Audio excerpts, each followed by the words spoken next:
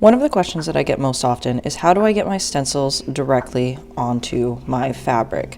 There's a lot of different ways to put your stencil onto the fabric that you're going to work on, be it stick and stitch, tracing through with a light box or on a window, carbon paper, but this is my chosen method. It's really easy and I'm going to show you how I do it. So to start, you're going to need two things. You're going to need the fabric that you're planning to stitch on. So for me, I'm using some scrap fabric that I have, and then you are going to need sheets of label paper. Ideally, the fabric that you're going to use is going to be a lot smoother than this. You'll want things with minimal wrinkles or anything like that, but for the purposes of this video, this is what we're going to do. The first thing you're going to do is you're going to take your fabric and lay it down on a hard, flat surface. Then you're going to take your label paper and carefully put the sticky side down onto the fabric. It's really key here to flatten it out as much as possible. You want your fabric to be very smooth on the other side.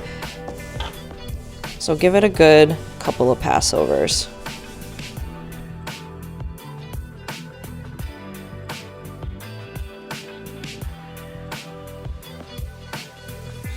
Once that's done, I like to go over with a lint roller and get any excess threads, hairs, anything like that.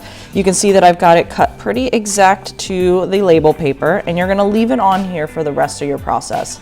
The next step for me after I finish my stencil in Procreate is to go and do a couple of prints of it. So this is regular paper without our fabric. So I go into print preview, I make sure that the image is centered, so I play around with the margins, and then I'm going to play around with the size of the stencil to get an idea of how big I actually want it. This is classically the size of hoop that I work in, so this really helps me to visualize how I'm going to frame it, how I'm going to place it, and then I can make sure that it is the exact size and orientation I want it to be. It's also really important that you do this because you're imagining that this is your fabric on the sides.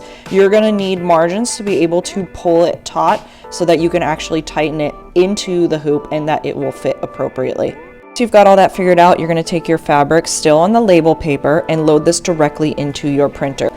And then you will end up with your stencil directly onto your fabric. I use a regular inkjet printer, but some caveats here. It's possible that this could jam your printer. I've never had it happen. I'm usually really careful about getting rid of all of the extra things on the side, so it's never been a problem for me, but keep that in mind as a possibility.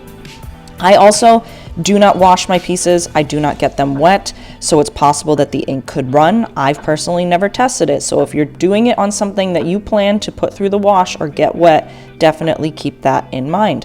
But other than that, this is my preferred method of getting my stencils onto my fabric, and that's how you do it.